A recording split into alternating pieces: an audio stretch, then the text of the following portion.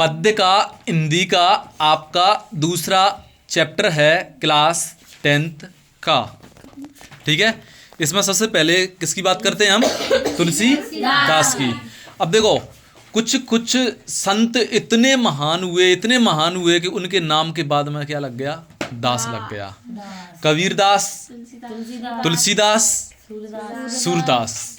ठीक है, दास यानी जिनने अपना जीवन पूरा का पूरा समर्पित कर देना। समर्पित यानी समर्पण कर देना पूरी तरह से। आ रही बात समझ में? अपना अहंकार, अपना जो कुछ भी है सब कुछ किसको समर्पित कर दिया? भगवान को। और तुलसीदास किसका वर्णन करते हैं? राम भगवान का। सूरदास जी किसका करते हैं? कृष्ण जी का। और कबीर वे निर्गुण भक्ति शाखा के कवि है ना? किसके हैं? निर्गुण भक्ति। अब देखो, ज्ञान के हैं, हाँ वो तो है, लेकिन कबीरदास जितने भी कवि हैं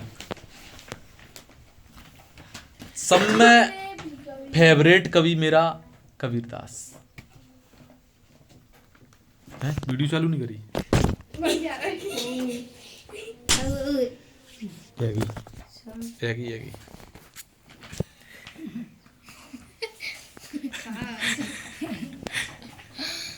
तो तुलसीदास जी की सबसे पहले बात करते हैं किसके बारे में? रचनाओं के बारे में। ठीक है, रामचरितमानस इनकी सबसे अधिक विख्यात जो रचना है किसकी? तुलसीदास जी की। वो क्या है? रामचरितमानस। जैसे आपने देखा होगा, जो भी हमारे घर घर के अंदर, हर हिंदू परिवार के अंदर आपने देखा है अखंड रामायण करवाई जाती है। तो उसमें किसको पढ़ते हैं हम? रामचरितमानस को। इसी प्रकार रामचरितमानस के अंदर से कुछ चौपाइयां ली गई हैं जो आपके इस पाठ के अंदर दी गई हैं। ठीक है, जहां पर राम लक्ष्मण और परशुराम संवाद इसमें हम देखेंगे। तो सबसे पहले बात कर लेते हैं तुलसीदास जी के बारे में। ठीक है, तुलसीदास जी जो थे, नर हरिदास इनके गुरु थे। कौन थे? इनके गुरु थे। थोड़ा सा तुलसीदास जी के बारे में जानिए पहले। तुलसीदास जी क्या थे? तुलसीदास जी का क्या हुआ था? तुलसीदास जी की जो पत्नी थी, किसकी? तुलसीदास जी की जो पत्नी थी, क्या हुआ था? वो अपनी पत्नी से बहुत प्रेम करते थे। इनकी शादी हो गई। किसकी? तुलसीदास जी की। तुलसीदास जी की जैसी शादी होती है तो ये क्या होता है, उस समय पे बहुत भयंकर तरीके से आती है नदी, यमुना नदी आती है। ठीक है, यमुना नदी को पार करके शमशान घाट में से, किसमें से? जे आदमी जलाते हैं उनमें से निकलते हुए रात में भयंकर पानी के, तो यमुना एकदम उफान पे होती है। रात में उनको अपनी पत्नी की याद आती है और चले जाते हैं। कौन चले जाते हैं? तुलसीदास जी। अब सुनिएगा, अपने मायके चली जाती है, इनसे रहा नहीं जाता। अब जैसे ये वहां पे पहुंचते हैं तो वहां पे देखते हैं कि भाई यहाँ पे कहाँ पे है। उनको पता होता है कि ये वाला है कि नहीं, बारात लेके गए होंगे तो पता होगा ना, जानकारी तो होगी ही होगी कि भाई यहाँ पे इस कक्ष के अंदर कौन रहती है? उनकी पत्नी रहती है। ठीक है, तो अपनी पत्नी के पास में पहुंचते हैं। ये कौन पहुंचते हैं? तुलसीदास जी। और चढ़े जाते हैं उस पे। किस पे? छत पे चढ़े जाते हैं ऊपर। चढ़ने के बाद में उनकी पत्नी पूछती है कि हे स्वामी, आप कहाँ से आए? कौन पहुंचती हैं? पत्नी। किसकी पत्नी? तुलसीदास जी की पत्नी। तुलसीदास जी की पत्नी का नाम क्या था? रत्नावली। और माता कौन थी? तुलसी, है ना? तो रत्नावली जो थी, रत्नावली क्या उनसे कहती हैं, क्यों तुम स्वामी जी, पति परमेश्वर, आप कहाँ से चढ़ के आए? उन्होंने कहा यहीं पे वो रस्सी बंधी है तुम्हारी खिड़की के अंदर या फिर कहीं पे भी, उससे मैं चढ़ के आ गया ऊपर। जैसे ही रत्नावली देखती है और दोबारा से वो देखता है, रस्सी नहीं होती वहां पे, कौन होता है? सांप होता है।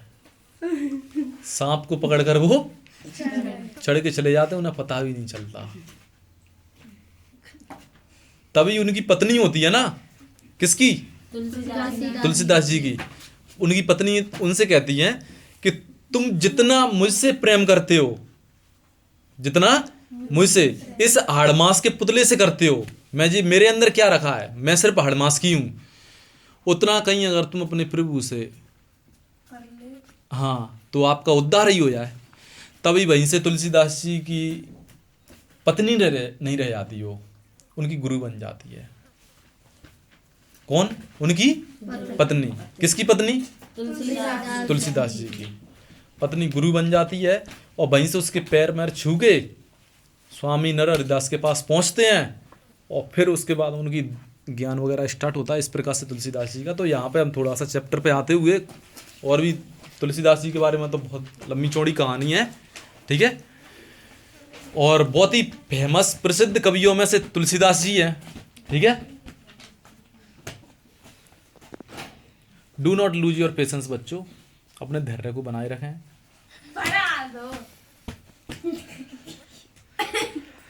तो हाँ, तो रामचरितमानस इनकी सबसे अधिक फेमस है, ठीक है। रामचरितमानस है, कवितावली है, दोहावली है, गीतावली है, संदीपनी, बरबे रामायण, ठीक है, पार्वती मंगल, जानकी मंगल। किसकी रचना है ये? तुलसीदास। हाँ, और कौन सी है? रामलला नेचू, रामलला नेचू, ठीक है। किसकी रचना है ये? तुलसीदास जी की रचना है, ठीक है। अब इनकी हम चर्चा करते हैं। तो देखिएगा, सबसे पहले इनका जीवन परिचय पढ़ते हैं, ठीक है। तुलसीदास जी जो है, इनका जन्म कहाँ पे? बांदा जिले के राजापुर गांव में हुआ था। ये कहाँ पड़ता है? बांदा जिला उत्तर प्रदेश के अंदर। कहाँ पड़ता है?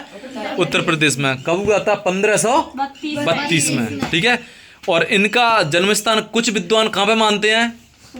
सोरो में मानते हैं, ठीक है। तुलसी का बचपन क्या था? बहुत ही संघर्षपूर्ण था। क्या था? बहुत ही संघर्ष में बीता था। और जीवन के प्रारंभिक वर्षों में माता पिता से बिछो हो गया। किससे? माता पिता से। कहा जाता है गुरु कृपा ने उन्हें राम भक्ति का मार्ग मिला था। किससे? गुरु की कृपा से। लेकिन ये कहानी कहाँ शुरू हुई थी पता है ना आपको? वे मानव मूल्यों के उपासक कवि थे। राम भक्ति परंपरा में तुलसी अतुलनीय है। मतलब उनसे राम भक्ति में उनकी किसी से तुलना नहीं कर सकते हैं। तुलसीदास जी से किसी की तुलना नहीं कर सकते। रामचरितमानस कवि की अनन्य राम भक्ति इसमें उनके सृजनात्मक कौशल का मनोरम उदाहरण है। उनके राम मानवीय मर्यादाओं, उनके राम कैसे हैं? मर्यादा पुरुषोत्तम है, ठीक है। कृष्ण जैसे नहीं है। मानवीय मर्यादाओं और आदर्शों के प्रतीक हैं। किसको लिया गया है? हाँ, के प्रतीक हैं। उनके माध्यम से तुलसी ने नीति, स्नेह, शील, विनय, त्याग जैसे उदात्त आदर्शों को प्रतिष्ठित किया है। देखो, नीति मतलब नीति की राह पे चलते हैं। पिताजी होते हैं, है कि नहीं? सत्य की राह पे चलते हैं, पिताजी होते हैं। पिताजी कह देते हैं कि भाई आपको कहाँ पर जाना पड़ेगा? सत्य। हाँ, वो अपनी पत्नी को वचन दे देते हैं। जो दशरथ होते हैं, राजा दशरथ होते हैं। राजा दशरथ की कितनी रानियां होती हैं? 3 रानियां। कौन कौन सी? बड़ी रानी कौन सी होती है? कौशल्या। और फिर उनसे छोटी वाली? नहीं, हाँ, सुमित्रा और कैकई। तो राम किसका लड़का होता है? राम। हाँ, जो राम भगवान होते हैं किसके होते हैं? कौशल्या के, ठीक है। और लक्ष्मण किसके होते हैं? सुमित्रा के। लक्ष्मण और शत्रुघ्न। भरत के लिए कैकई के थे भरत। बच्चों अब यही पता नहीं है अभी आपको? नहीं सच्ची। दूसरे नंबर पर भरत होते हैं, ठीक है। तो कैकई जो होती है, कैकई क्या करती है? कैकई राजा दशरथ के साथ युद्ध लड़ती है, ठीक है। ऐसा नहीं, कैकई बहुत बड़ी वीरांगना थी, युद्ध कला में निपुण थी। लेकिन उसे अपने पुत्र से मोह हो जाता है। जिस समय राजा बनने की बारी आती है, वो कहती है भाई मुझे अभी अपने वरदान नहीं चाहिए, जिस समय जरूरत पड़ेगी मैं मांग लूंगी। उस समय पर वो मंत्रा होती है। कौन होती है? मंत्रा के बहकावे में आ जाती है कैकई। जो कैकई है किसके बहकावे में आ जाती है? मंत्रा के बहकावे में। और राम को क्या दे देती है? 14 वर्ष का वनवास, ठीक है। और भरत को क्या बनना चाहिए? राजा बनना चाहिए, ठीक है। राजा भरत ही बनता है, लेकिन वो कभी सिंहासन पर नहीं बैठता है। उनके चरण पादुका की वो करता है। पहले काठ की चप्पल चलती थी ना, उनको पादुका बोलते हैं, ठीक है। हाँ, तो वन के अंदर राम भगवान जाते हैं और पिताजी की आज्ञा का उल्लंघन नहीं करते हैं। तो नीति की बात चल रही है। और इसी प्रकार से किसकी बात चलती है? तो इनमें किस किस के उदाहरण आपको देखने को मिलते हैं राम के अंदर? तो मर्यादा क्या है? मर्यादा पुरुषोत्तम राम भगवान को कहा जाता है। स्नेह क्या होता है? प्रेम, ठीक है। प्रेम देखने को मिलता है। सील, देखो इसने कहाँ पे, तुम्हें पता है कि जिस समय पे एक उदाहरण, वो वहां से तुम्हें एक फेमस, वो आपको पता है ये श्रृंगार रस का बनता है, कौन सा होता है उदाहरण? राम को रूप कंगन के नग की परछाई, याते सब शुद्ध भूल गई, कर टेक रही पल टारत नाही। ठीक है, आदर्शों के प्रतीक रहे हैं ये। नीति, स्नेह, सील, विनय कैसे होते हैं? विनय, इनके अंदर बिल्कुल किसी प्रकार का अहंकार नहीं होता है। त्याग मतलब उन्हें बिल्कुल सोचने की जरूरत भी नहीं पड़ी, वो कहते हैं ये तो और अच्छी बात है, भरत को राजा बना दो और मैं चला वनवास के लिए। ठीक है, तभी लक्ष्मण को क्रोध आ जाता है, कहता है कुछ नहीं, भरत ये भरत को ऐसा क्यों सोच रहा है, ऐसा कर रहा है, वैसा कर रहा है, कुछ नहीं, चलो अपना विद्रोह कर देते हैं।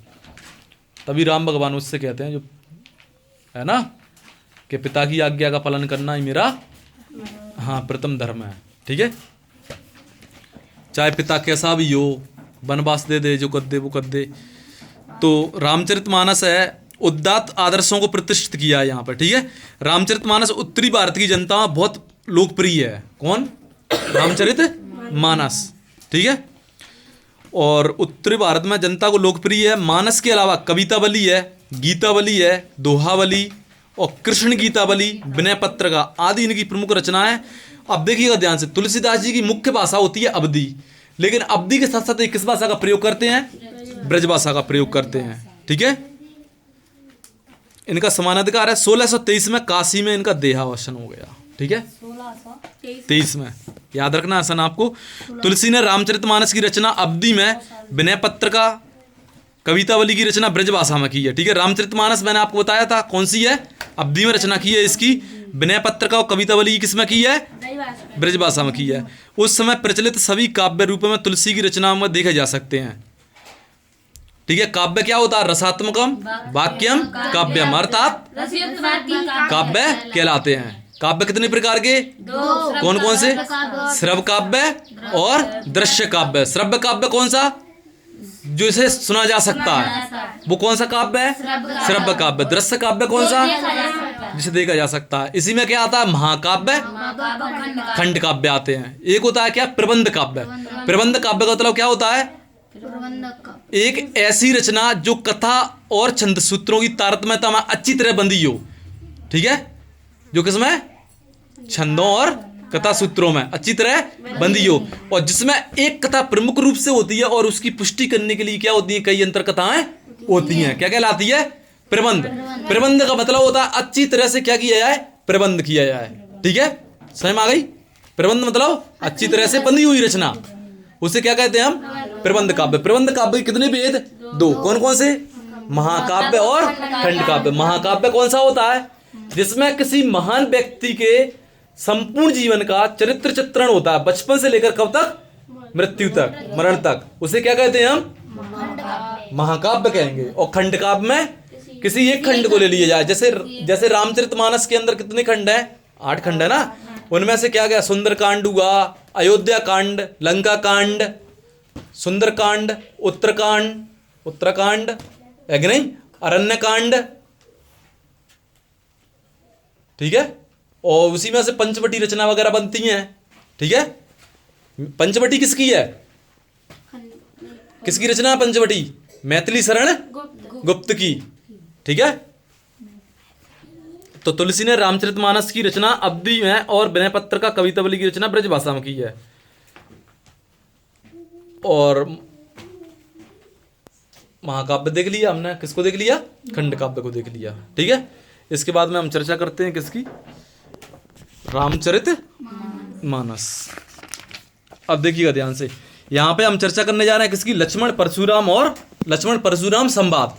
अब देखिएगा क्या होता है कि जो शिव धनुष होता है, क्या होता है? शिव धनुष होता है। तो राम और लक्ष्मण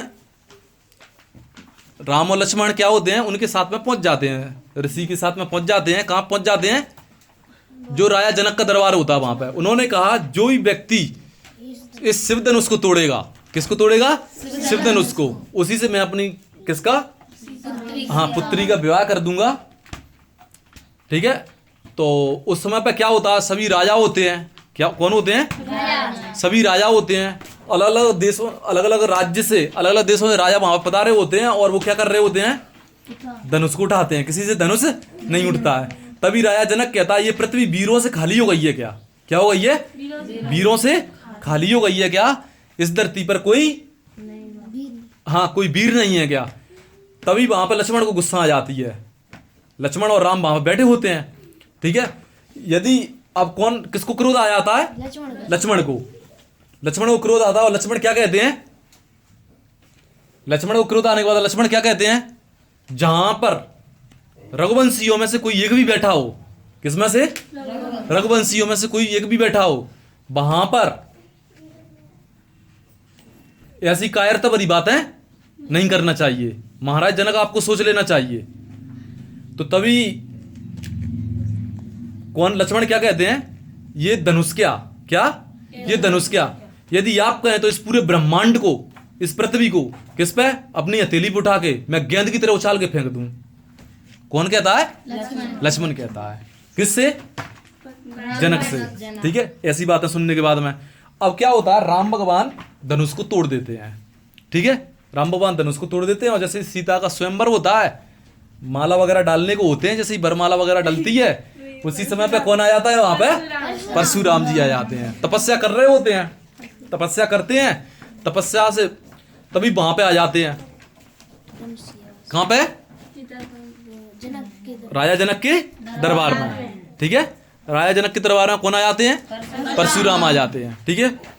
तो वहीं पे जैसे ही परशुराम जी आ जाते हैं तो एकदम भयंकर क्रोध में होते हैं कि जिसने भी ये धनुष, शिव के धनुष को तोड़ा वो सहस्त्रबाहु के समान मेरा क्या घोर शत्रु है। कौन है घोर शत्रु? जिसने भी शिव के धनुष को तोड़ा है, ठीक है। तो वहां पे अब यहाँ पे थोड़ा सा चलो अपन टॉपिक पे लौट के आते हैं, ठीक है। चलो और आगे मैं आपको पढ़ाते जाऊंगा, ठीक है। नाथ शंभुधन, शंभु यानी शिव, ठीक है। धनु यानी धनुष। नाथ शंभु धनु भंज निहारा, भंज निहारा होई केहू एक दास तुम्हारा। तभी क्या होता है, परशुराम बहुत क्रोध में होते हैं तो राम भगवान बोलते हैं किससे? परशुराम जी से। परशुराम जी से बोलते हैं कि जिसने भी शिव के धनुष को तोड़ा है, हे नाथ, जिसने भी शिव के धनुष को तोड़ा है वो कौन होगा? कोई ना कोई आपका एक दास ही होगा, ठीक है। तो नाथ शंभुधन भंज निहारा होई केहू एक दास तुम्हारा, तो कोई आपका एक क्या होगा? दास ही होगा, ठीक है। राम कहते हैं मैं राम है, ठीक है। तो परशुराम को क्रोध आ जाता है, उसने कहा राम कह के तू परशुराम से बड़ा तो हो नहीं जाएगा। किससे? परशुराम से। आयुष काय कहीं किन मोई, सुन रेसाई बोले मुनि कोई, ठीक है। आयुष काय कहीं किन मोई, सुन रेसाई बोले मुनि कोई, ठीक है। भयंकर क्रोध में होते हैं, ठीक है। जो भी अपनी जान से प्यार करता है या कुछ भी करता है, जिसने भी शिव धनुष को तोड़ा है वो क्या है? मेरा सहस्त्रबाहु के समान कौन है? शत्रु है। सेवक जो करे सेवकाई, देखो अब यहाँ पे कौन कहते हैं? परशुराम जी कहते हैं सेवक सो जो करे सेवकाई। यदि सेवक होते तो शिव धनुष को पूजते और सेवा करते। अरे करनी करे करई लड़ाई, लेकिन उसने तो क्या कर ली है? मुझसे शत्रुता को मोल ले लिया है। सुनऊ राम जय शिव धनु तोरा, जिसने भी किसको तोड़ा है? शिव धनुष को। सहस्रबाहु सम सो रिपु मोरा, रिपु यानी सहस्त्रबाहु के समान कौन है? मेरा रिपु, शत्रु है। कौन है? शत्रु है। सुनऊ राम जय शिवधन तोरा, सहस्रबाहु सम सो रिपु मोरा। सो बिलगाऊ बिहाई समाजा, नाता मारे जाई सब राजा। जितने भी राजा जहां बैठे हैं ना, राजा पूरे थर थर कांप रहे होते हैं परशुराम जी के क्रोध के कारण, ठीक है। और वो कहते हैं गुस्सा में, क्रोध में कहते हैं अभी भी बता दो समय है किसने धनुष को तोड़ा है। अब देखो आगे क्या होता है। सो बिलगाऊ बिहाई समाजा, ना तो मारे जाई सब राजा। बता दो फटाफट से कौन है, नहीं तो पूरे राजाओं को क्या कर दूंगा मैं? मार दूंगा। मैंने 21 बार क्षत्रियों को क्या कर दिया है? पृथ्वी से मिटा दिया है। अब देखो, सुन मनी बचन लखन मुस्काने, है ना। अब किसको? लखन को हंसी आ जाती है ऐसे वचन सुन के।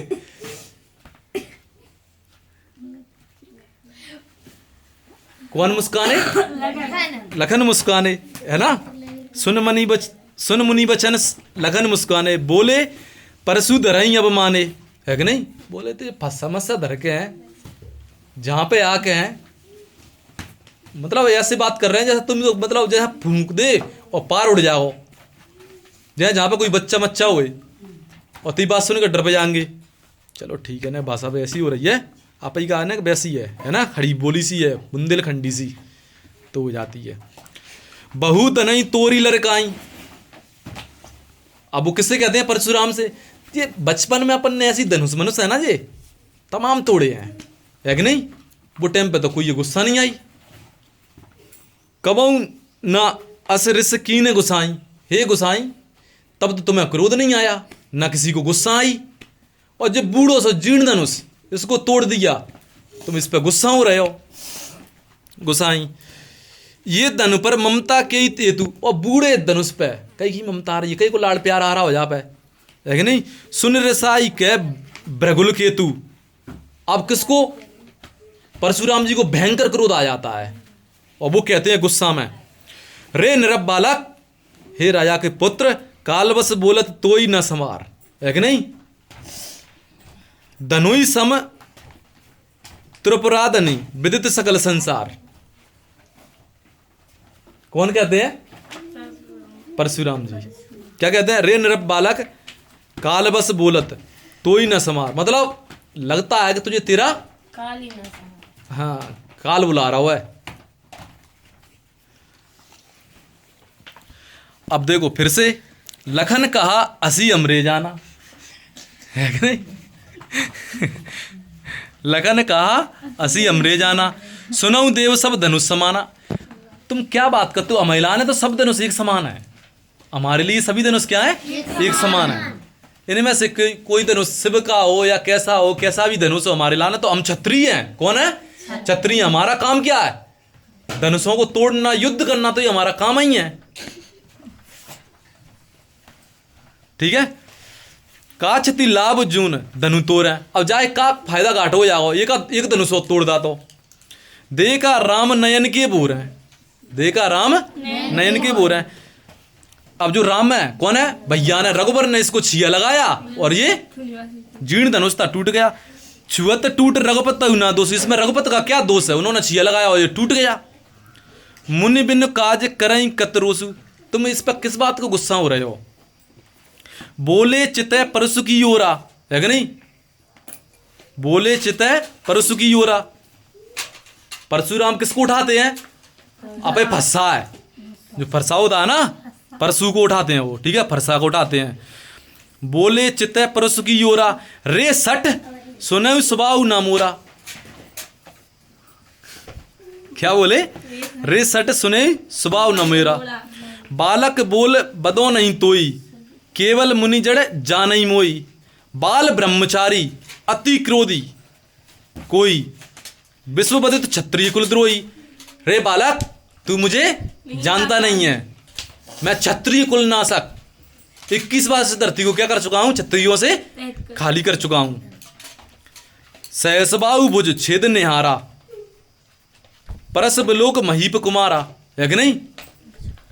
अब देखो, मात पिता ही जान सोच बस करई महिष किशोर, गर्वन के अरबक दलन परस मोर अतिगोर।